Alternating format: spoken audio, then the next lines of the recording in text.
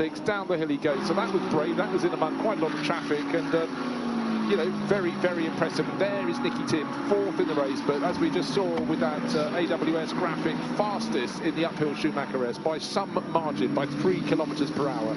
Yeah, I think that might have been the other ComTU car, the 21 car, just with a mirror hanging off. We've seen that before, and the race officials are happy to let that slide, so don't expect anything there. You could just change the door in the pit stop in time and not lose anything, but most of the teams decide not to and just let it go.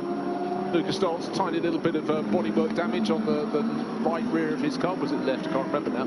But he's still trying to pick his way up the order. He's up to 32nd.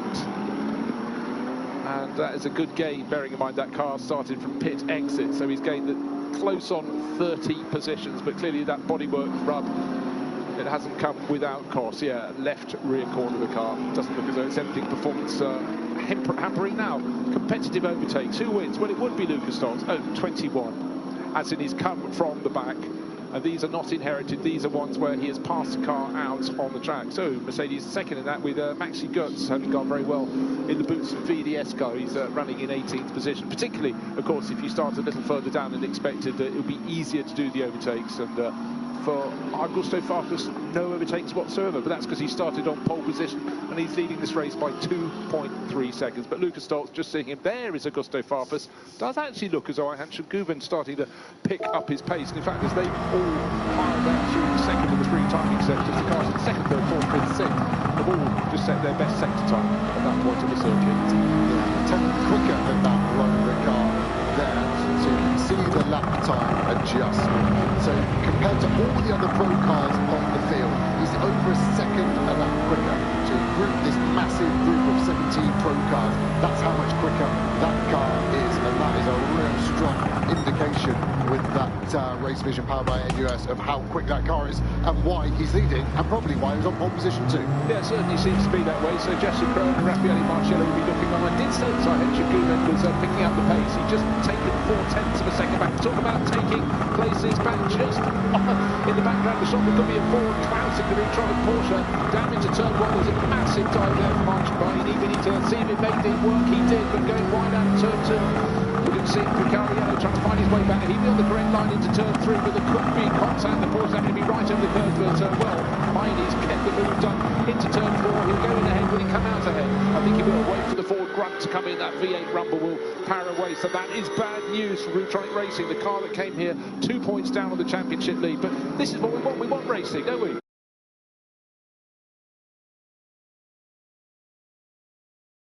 He was surprisingly fair as the Ford was on his outside at turn three. I was expecting him to ease him out of the road and push him onto the dirty side of the track. But look, the pace the Ford is going. It's a huge car. It looks smaller. Yes, it's closer now as we concertina up, but this move was only done 3 corners ago. And we unleashed the beast here in Argentine. Is he going to be able to keep this pace going? He's dropping big early. Can he go after Engel in front in the Mercedes? This car looks seriously quick right now. Well, you know, through the course of a season, you start to think you're understanding form, but the Ford, bear in mind, it's only its sort of second season as a GT3 car. It sounds fantastic, and they did a bit of development, but this is the development season. The Hout Racing team based just across the road in Moispath. This enormous development just across the track from the Nürburgring, and they're getting better and better. They run a little bit in some of the local races here as well, but for Hubert Hout and the gang, they'll be very, very pleased indeed with the progress that their version of Blue Oval is achieving. And for Rootronic Racing, we heard from the Moss Klaus Graf down the grid. What he didn't want was other people interloping into the championship battle. The Ford isn't in the championship battle, but it's forgotten between him and Maro Engel's bright yellow number 48 Mercedes as they run down to turn one. And the gap between Engel, championship rival Alessio Picariello, was just about a second. Now it's about 2 seconds, and there's the Ford between them. So Picariello must be thinking, okay, you've got past me, Archibald. Could you actually now go and help me out by taking on Maro Engel up in front of me? Yeah, and that's exactly what's needed to happen as we look at the Silver Cup leader again. James Baldwin leading ahead of the second place Gold Cup car. So Smalley will be happy that Baldwin is there. The first Garage 59 car going through the shot. Smalley, the second one, he's effectively holding up Adam Smalley's competitor there in Vermeulen, and then Al Zubair as well in the BMW from Al Manar Racing, run by WRT. But of course, this Verstappen.com car very, very strong in the championship, and depending on how results go today, could even wrap that championship up. Yeah, we won't talk too much about points just now, but certainly in the Gold Cup class they came here with a 25-point margin, so it's very much on the cusp. But let's see how the race runs. Of course, for Vermeulen and one of his teammates, Chris Lunnon, they also race a Ferrari for ML5 Racing in the Sprint Series as well, so very, very much involved in all three championships: GT World Challenge Europe, GT World Challenge Sprint, and GT Challenge Endurance, which is what we're looking at now. 3-hour race rather than the 2 1-hour sprints. That's the difference between endurance. But of course, the endurance series also includes some longer races too, most notably the Spa 24 hours.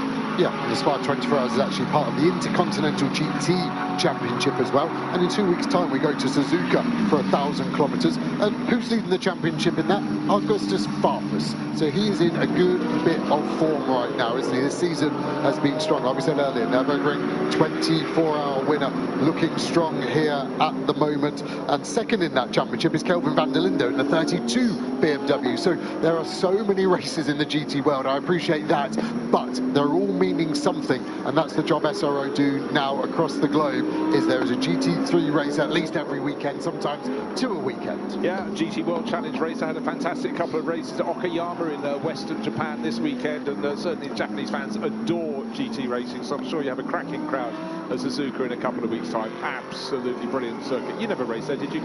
No, I've been there for a few corporate events, but it is one of those bucket list experiences, and old school circuit, so to take modern GT3 cars there, and we've got a 33 car entry list already confirmed for that.